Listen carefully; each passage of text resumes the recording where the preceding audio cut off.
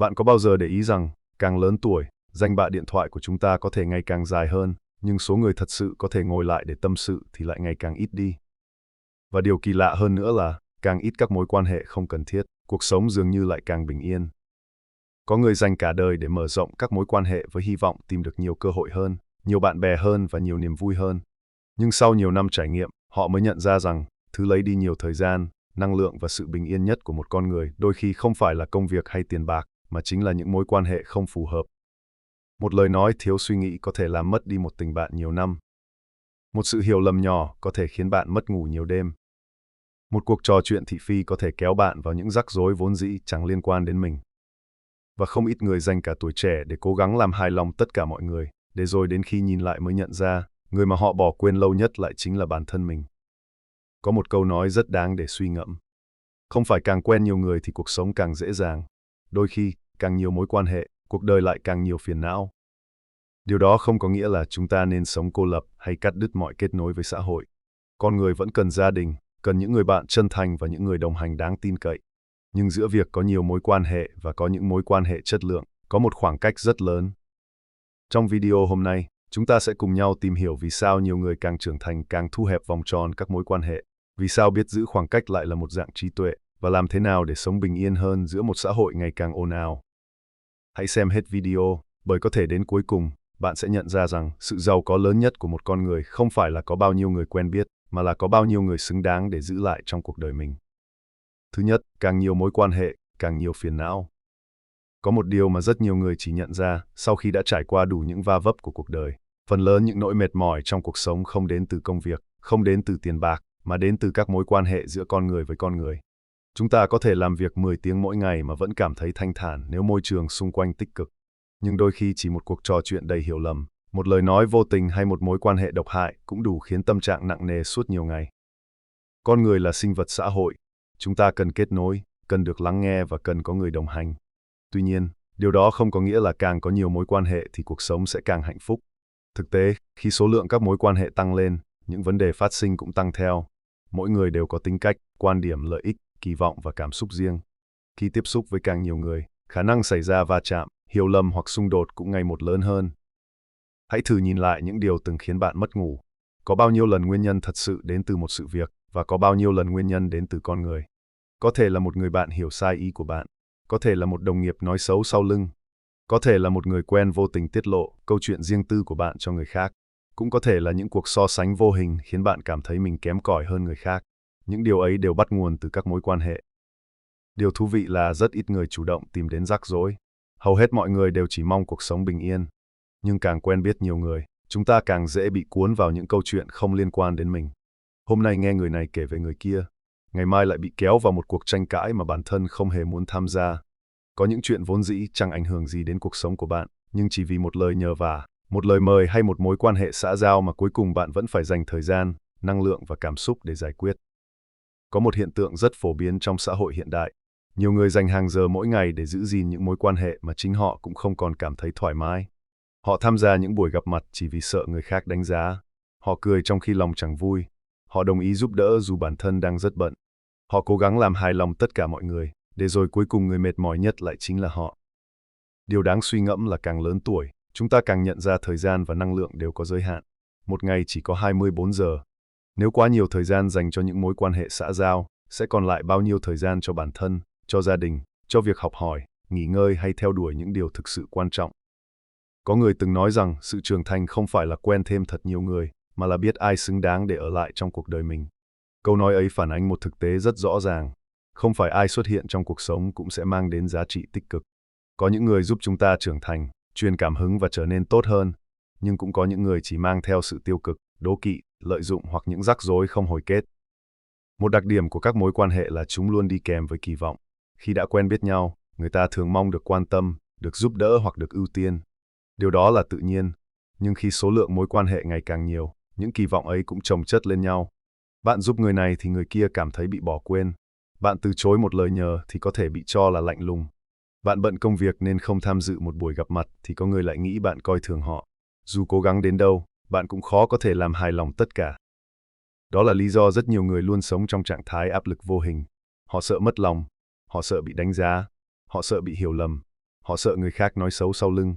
Những nỗi sợ ấy khiến họ không còn sống theo mong muốn của mình mà dần sống theo kỳ vọng của người khác. Mạng xã hội càng làm cho vấn đề này trở nên rõ rệt hơn. Chỉ cần mở điện thoại, chúng ta có thể kết nối với hàng trăm, hàng nghìn người. Nhưng đi cùng với sự kết nối ấy là vô số thông tin, ý kiến và những cuộc so sánh. Người này khoe thành công, người kia khoe cuộc sống hoàn hảo. Có người tranh luận về những vấn đề không liên quan đến mình. Có người chỉ vì một bình luận khác quan điểm mà biến thành cuộc cãi vã kéo dài nhiều ngày. Chúng ta tiêu tốn rất nhiều năng lượng cho những điều mà nếu không có quá nhiều mối quan hệ, có lẽ sẽ chẳng bao giờ phải bận tâm. Điều này không có nghĩa rằng mọi mối quan hệ đều xấu. Chính gia đình, những người bạn chân thành và những người đồng hành đáng tin cậy là nguồn động lực rất lớn trong cuộc sống. Vấn đề nằm ở chỗ, chúng ta thường nhầm lẫn giữa những mối quan hệ có giá trị và những mối quan hệ chỉ tồn tại vì xã giao hoặc vì thói quen. Khi không biết chọn lọc, số lượng sẽ lấn át chất lượng và sự kết nối sẽ dần trở thành gánh nặng. Người khôn ngoan không cố gắng quen biết thật nhiều người. Họ tập trung xây dựng một vòng tròn nhỏ nhưng đáng tin cậy.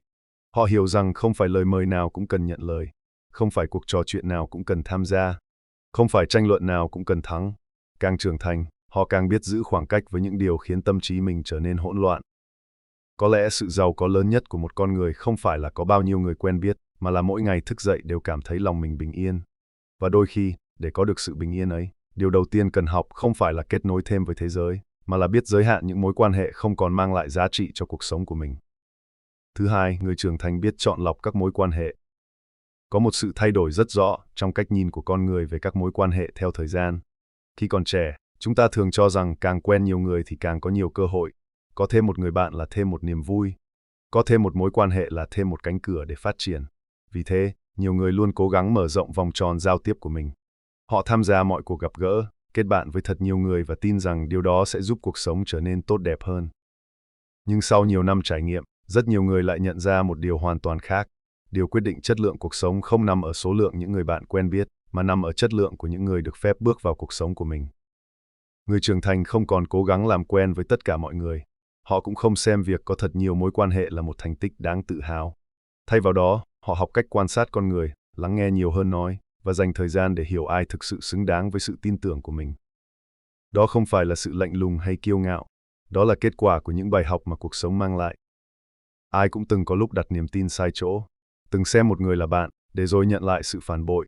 Từng giúp đỡ hết lòng nhưng khi mình gặp khó khăn thì người ấy lại biến mất. Từng nghĩ rằng sự chân thành sẽ luôn được đáp lại bằng sự chân thành, nhưng thực tế không phải lúc nào cũng như vậy. Những trải nghiệm ấy khiến con người thay đổi, không phải vì họ mất niềm tin vào cuộc sống, mà vì họ hiểu rằng lòng tốt cũng cần được đặt đúng nơi, sự chân thành cũng cần dành cho đúng người. Có một câu nói rất đáng suy ngẫm, đừng mở rộng cánh cửa ngôi nhà của bạn cho tất cả mọi người, và cũng đừng mở rộng cánh cửa trái tim mình một cách quá dễ dàng. Cuộc sống cũng giống như một khu vườn. Nếu bạn để bất kỳ ai bước vào mà không chọn lọc, sẽ có người đến để chăm sóc cây cối, nhưng cũng sẽ có người vô tình hoặc cố ý dẫm nát những gì bạn đã dày công vun trồng. Vì thế, biết chọn lọc các mối quan hệ chính là biết bảo vệ cuộc sống của mình. Người trưởng thành không đánh giá một mối quan hệ qua những lời nói hay vẻ bề ngoài. Họ quan sát cách một người cư xử khi có lợi ích liên quan, cách người đó đối xử với những người yếu thế, cách họ giữ lời hứa và cách họ phản ứng khi xảy ra mâu thuẫn. Bởi vì lời nói có thể đẹp, nhưng hành động mới phản ánh bản chất của một con người. Có những người luôn tỏ ra thân thiện khi bạn thành công, nhưng lặng lẽ rời đi khi bạn gặp thất bại. Có những người luôn xuất hiện khi họ cần sự giúp đỡ, nhưng biến mất khi bạn cần họ. Cũng có những người thích nghe chuyện riêng tư của người khác, chỉ để đem kể lại ở một nơi khác. Những mối quan hệ như vậy không chỉ làm mất thời gian, mà còn khiến cuộc sống trở nên nặng nề. Ngược lại, những người thực sự đáng trân trọng thường rất bình dị. Họ không cần xuất hiện mỗi ngày. Họ không nói những lời hoa mỹ, nhưng khi bạn gặp khó khăn, họ sẵn sàng ở bên. Khi bạn thành công, họ chân thành chúc mừng mà không ganh tị. Khi bạn mắc sai lầm, họ góp ý để bạn tốt hơn thay vì chỉ trích sau lưng. Đó mới là những mối quan hệ đáng để giữ gìn. Người trưởng thành cũng hiểu rằng không phải ai cũng phải trở thành bạn thân. Có những người chỉ nên dừng lại ở mức đồng nghiệp. Có người chỉ nên là đối tác trong công việc. Có người chỉ nên là người quen xã giao. Việc xác định đúng khoảng cách với từng người sẽ giúp cuộc sống nhẹ nhàng hơn rất nhiều. Một trong những sai lầm phổ biến nhất là đặt quá nhiều kỳ vọng vào tất cả các mối quan hệ. Chúng ta mong ai cũng hiểu mình, ai cũng đối xử tốt với mình và ai cũng biết trân trọng sự chân thành của mình. Nhưng thực tế, mỗi người đều có hoàn cảnh, suy nghĩ và ưu tiên khác nhau. Khi kỳ vọng quá lớn, thất vọng cũng sẽ càng nhiều. Người trưởng thành không cố ép người khác phải thay đổi để phù hợp với mình. Họ chấp nhận rằng có những người không cùng giá trị sống, không cùng quan điểm và không cùng cách nhìn nhận cuộc đời. Thay vì tranh cãi để chứng minh mình đúng, Họ lựa chọn giữ khoảng cách, bởi họ hiểu rằng không phải cuộc tranh luận nào cũng cần có người thắng. Đôi khi, im lặng và rời đi mới là cách giải quyết khôn ngoan nhất. Họ cũng học được nghệ thuật nói lời từ chối. Khi còn trẻ, nhiều người ngại từ chối vì sợ mất lòng. Họ nhận lời tham gia những cuộc gặp mà mình không muốn. Họ nhận thêm những việc không thuộc trách nhiệm. Họ cho người khác mượn thời gian, công sức và cả sự bình yên của mình chỉ vì không đủ dũng khí để nói 2 chữ không. Đến khi trưởng thành, họ hiểu rằng mỗi lời đồng ý với điều không cần thiết đều là một lời từ chối dành cho chính bản thân mình. Đồng ý một cuộc gặp vô nghĩa có thể đồng nghĩa với việc mất đi thời gian dành cho gia đình. Đồng ý lắng nghe những câu chuyện thị phi có thể đồng nghĩa với việc tâm trí bị lấp đầy bởi những điều tiêu cực. Đồng ý duy trì một mối quan hệ độc hại có thể khiến bạn đánh mất sự bình yên trong nhiều năm. Biết từ chối không phải là ích kỷ. Đó là cách bảo vệ thời gian, năng lượng và cảm xúc của bản thân. Một điểm khác biệt nữa của người trưởng thành là họ không còn cố gắng chứng minh giá trị của mình với tất cả mọi người. Họ không cần được ai cũng yêu quý. Họ cũng không buồn khi có người không thích mình. Bởi họ hiểu rằng ngay cả những người tốt nhất cũng không thể làm hài lòng tất cả. Thay vì tìm kiếm sự công nhận từ bên ngoài, họ tập trung phát triển bản thân.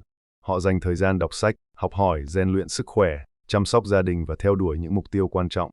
Khi cuộc sống đủ bận rộn với những điều có ý nghĩa, họ sẽ không còn hứng thú với những cuộc trò chuyện vô bổ hay những mối quan hệ chỉ mang tính hình thức. Theo thời gian, vòng tròn các mối quan hệ của họ ngày càng nhỏ lại, nhưng điều kỳ lạ là chất lượng cuộc sống lại ngày càng tốt hơn. Ít người hơn nhưng nhiều sự tin tưởng hơn, ít cuộc gặp hơn nhưng nhiều giá trị hơn, ít lời hứa hơn nhưng nhiều sự chân thành hơn. Họ không cảm thấy cô đơn vì số lượng người bên cạnh giảm đi. Ngược lại, họ cảm thấy nhẹ nhõm vì không còn phải mang trên vai quá nhiều mối quan hệ không cần thiết. Đến một giai đoạn nào đó của cuộc đời, chúng ta sẽ nhận ra rằng tài sản quý giá nhất không phải là danh sách dài những người quen trong điện thoại, mà là vài con người luôn có mặt khi mình cần nhất. Không phải hàng trăm cuộc trò chuyện mỗi ngày, mà là một cuộc trò chuyện chân thành có thể khiến lòng mình bình yên. Không phải việc xuất hiện ở mọi nơi, mà là biết mình nên xuất hiện ở đâu và nên tránh xa điều gì. Đó chính là sự khác biệt giữa người còn chạy theo số lượng và người đã hiểu giá trị của chất lượng. Người trưởng thành không sống để mở rộng mọi mối quan hệ. Họ sống để giữ gìn những mối quan hệ xứng đáng và mạnh dạn buông bỏ những điều chỉ mang đến phiền não. Bởi họ hiểu rằng, khi biết chọn đúng người để đồng hành, cuộc sống sẽ trở nên nhẹ nhàng hơn, bình yên hơn và đáng sống hơn rất nhiều. Thứ ba, giữ khoảng cách để giữ sự bình yên. Có một nghịch lý rất thú vị trong cuộc sống mà nhiều người chỉ nhận ra sau nhiều năm trải nghiệm. Khi còn trẻ, chúng ta luôn nghĩ rằng muốn hạnh phúc thì phải có thật nhiều bạn bè, thật nhiều mối quan hệ và luôn xuất hiện ở mọi nơi. Chúng ta sợ bị bỏ lỡ, sợ bị quên lãng, sợ nếu không tham gia thì sẽ mất đi một cơ hội nào đó. Nhưng càng trưởng thành, chúng ta lại càng hiểu rằng sự bình yên không đến từ việc kết nối với nhiều người hơn, mà đến từ việc biết giữ khoảng cách với những điều không còn mang lại giá trị. Giữ khoảng cách không có nghĩa là lạnh lùng hay vô cảm. Đó là khả năng xác định ranh giới giữa điều thuộc về mình và điều không thuộc về mình. Đó là biết khi nào nên lắng nghe, khi nào nên im lặng, khi nào nên giúp đỡ và khi nào nên từ chối. Người không có ranh giới rõ ràng thường rất dễ bị cuốn vào những vấn đề của người khác, còn người biết giữ khoảng cách sẽ bảo vệ được thời gian, năng lượng và sự bình yên của chính mình. Rất nhiều người đang sống trong trạng thái mệt mỏi, không phải vì làm việc quá nhiều, mà vì suy nghĩ quá nhiều về người khác. Họ bận tâm người này có đang giận mình không? Họ lo lắng người kia đánh giá mình như thế nào? Một câu nói vô tình cũng khiến họ trăn trở cả đêm. Một ánh mắt lạnh nhạt cũng đủ khiến họ tự nghi ngờ bản thân. Họ để cảm xúc của mình phụ thuộc vào thái độ của người khác, và đó là một trong những nguyên nhân khiến cuộc sống trở nên nặng nề. Sự thật là bạn không thể kiểm soát suy nghĩ của bất kỳ ai. Dù bạn có sống tốt đến đâu, vẫn sẽ có người không thích bạn. Dù bạn có cố gắng giúp đỡ bao nhiêu người, vẫn sẽ có người hiểu lầm bạn. Dù bạn có cư xử chân thành đến mức nào, vẫn sẽ có người đánh giá bạn theo cách của riêng họ. Nếu cứ cố gắng thay đổi bản thân để làm hài lòng tất cả mọi người, bạn sẽ đánh mất chính mình trước khi nhận được sự công nhận từ người khác. Người khôn ngoan hiểu rằng năng lượng của mỗi người đều có giới hạn. Mỗi ngày chỉ có 24 giờ, và mỗi người chỉ có một lượng thời gian, sự tập trung và cảm xúc nhất định. Nếu dành quá nhiều năng lượng cho những cuộc tranh luận vô nghĩa, những lời đồn đại hay những mối quan hệ độc hại, sẽ không còn đủ năng lượng cho gia đình, công việc, sức khỏe và những mục tiêu thật sự quan trọng. Có một câu nói rất đáng suy ngẫm, đừng để những người chỉ là một chương nhỏ trong cuộc đời bạn trở thành tác giả của cả cuốn sách. Nhiều người đã để những lời nhận xét của người khác quyết định tâm trạng của mình. Một lời chê khiến họ mất tự tin. Một lời khen khiến họ vui cả ngày. Một bình luận trên mạng xã hội cũng đủ khiến họ nổi nóng hoặc buồn bã. Khi cuộc sống bị điều khiển bởi ý kiến của người khác, sự bình yên sẽ ngày càng xa vời. Giữ khoảng cách còn có nghĩa là biết tránh xa những nơi chỉ mang đến sự tiêu cực. Có những cuộc trò chuyện mà chủ đề duy nhất là nói xấu người khác. Có những nhóm bạn chỉ gặp nhau để so sánh thành công, khoe khoang vật chất hoặc bàn tán chuyện riêng của người khác. Ban đầu bạn có thể nghĩ đó chỉ là những câu chuyện vô hại, nhưng theo thời gian, những điều tiêu cực ấy sẽ âm thầm ảnh hưởng đến suy nghĩ và cảm xúc của bạn. Môi trường có sức mạnh rất lớn. Nếu mỗi ngày bạn ở cạnh những người luôn than phiền, bạn cũng sẽ dần nhìn cuộc sống bằng con mắt bi quan. Nếu luôn tiếp xúc với những người thích ganh đua, bạn sẽ dễ rơi vào vòng xoáy so sánh. Nếu thường xuyên nghe những câu chuyện thị phi, tâm trí bạn cũng sẽ bị lấp đầy bởi những điều không đáng bận tâm. Ngược lại, khi giảm bớt những mối quan hệ tiêu cực, bạn sẽ nhận ra mình có thêm rất nhiều thời gian. Thời gian để đọc một cuốn sách, thời gian để tập thể dục, thời gian để học thêm một kỹ năng mới, thời gian để ngồi trò chuyện với cha mẹ, chơi cùng con cái hoặc đơn giản là thưởng thức một tách trà trong sự yên tĩnh. Những điều tưởng chừng rất bình thường ấy lại chính là nền tảng của một cuộc sống hạnh phúc. Nhiều người luôn nghĩ rằng cuộc sống thú vị phải thật náo nhiệt, nhưng thực tế, càng trưởng thành, con người càng tìm kiếm sự tĩnh lặng. Không phải vì họ hết yêu cuộc sống, mà vì họ đã hiểu giá trị của sự bình yên. Họ không còn muốn tiêu hao năng lượng vào những cuộc vui kéo dài đến khuya chỉ để giữ phép lịch sự. Họ không còn muốn tham gia những cuộc tranh cãi chỉ để chứng minh mình đúng. Họ cũng không còn cảm thấy cần thiết phải giải thích mọi quyết định của mình với tất cả mọi người. Có một dấu hiệu của sự trưởng thành mà không phải ai cũng nhận ra. Đó là khi bạn không còn phản ứng với mọi điều xảy ra xung quanh. Trước đây, chỉ cần nghe một lời nói không vừa ý, bạn lập tức muốn giải thích. Chỉ cần ai đó hiểu lầm, bạn muốn chứng minh sự thật. Nhưng sau nhiều trải nghiệm, bạn hiểu rằng có những hiểu lầm không cần giải thích, có những người không cần thuyết phục và có những cuộc tranh luận mà chiến thắng lớn nhất chính là không tham gia. Im lặng đôi khi không phải vì yếu đuối, mà vì biết điều gì xứng đáng để lên tiếng. Rời đi đôi khi không phải vì thua cuộc, mà vì biết nơi đó không còn phù hợp với mình. Từ chối đôi khi không phải vì vô tình, mà vì biết bảo vệ những điều thật sự quan trọng. Người biết giữ khoảng cách cũng không cố gắng chen vào cuộc sống của người khác. Họ tôn trọng quyền riêng tư, không tò mò quá mức và không cảm thấy cần phải biết mọi chuyện đang diễn ra xung quanh. Họ hiểu rằng càng can dự vào nhiều chuyện, càng dễ mang thêm phiền não về cho mình. Có những vấn đề tốt nhất nên để người trong cuộc tự giải quyết. Có những cuộc xung đột tốt nhất nên đứng ngoài. Không phải việc gì cũng cần có ý kiến. Không phải chuyện gì cũng cần tham gia. Một trong những điều đáng quý nhất mà tuổi trưởng thành mang lại chính là khả năng sống đơn giản. Không cần quá nhiều bạn bè nhưng cần những người chân thành. Không cần quá nhiều lời khen nhưng cần sự tôn trọng. Không cần quá nhiều cuộc gặp gỡ nhưng cần những cuộc gặp có ý nghĩa. Khi bớt đi những điều dư thừa, chúng ta mới có chỗ để giữ lại những điều thật sự quan trọng. Nhiều người nhầm lẫn giữa cô đơn và bình yên. Cô đơn là khi bạn khao khát có người bên cạnh nhưng không có ai. Còn bình yên là khi bạn không cần quá nhiều người vẫn cảm thấy cuộc sống đủ đầy. Một người có vài người bạn chân thành, một gia đình yêu thương và một công việc khiến họ cảm thấy có ý nghĩa thường hạnh phúc hơn rất nhiều so với người có hàng trăm mối quan hệ nhưng luôn sống trong lo âu, cạnh tranh và nghi ngờ. Cuối cùng, hãy nhớ rằng cuộc đời của mỗi người chỉ có một. Thời gian đã trôi qua sẽ không bao giờ quay trở lại. Vì vậy, đừng lãng phí những năm tháng quý giá của mình để chạy theo sự công nhận của người khác, hay cố duy trì những mối quan hệ chỉ mang đến áp lực. Hãy dành thời gian cho những người thật sự yêu thương bạn, cho những công việc giúp bạn phát triển và cho những khoảng lặng khiến tâm hồn được nghỉ ngơi. Giữ khoảng cách với những điều tiêu cực không làm cuộc sống của bạn nghèo đi. Ngược lại, đó là cách để cuộc sống trở nên giàu có hơn về sự bình an, sự tự do và chất lượng. Bởi đến cuối cùng, điều mà hầu hết mọi người đều mong muốn không phải là được thật nhiều người biết đến, mà là mỗi buổi sáng thức dậy với một tâm trí nhẹ nhàng, mỗi buổi tối đi ngủ với một trái tim thanh thản và mỗi ngày trôi qua đều cảm thấy mình đang sống đúng với những giá trị mà bản thân lựa chọn.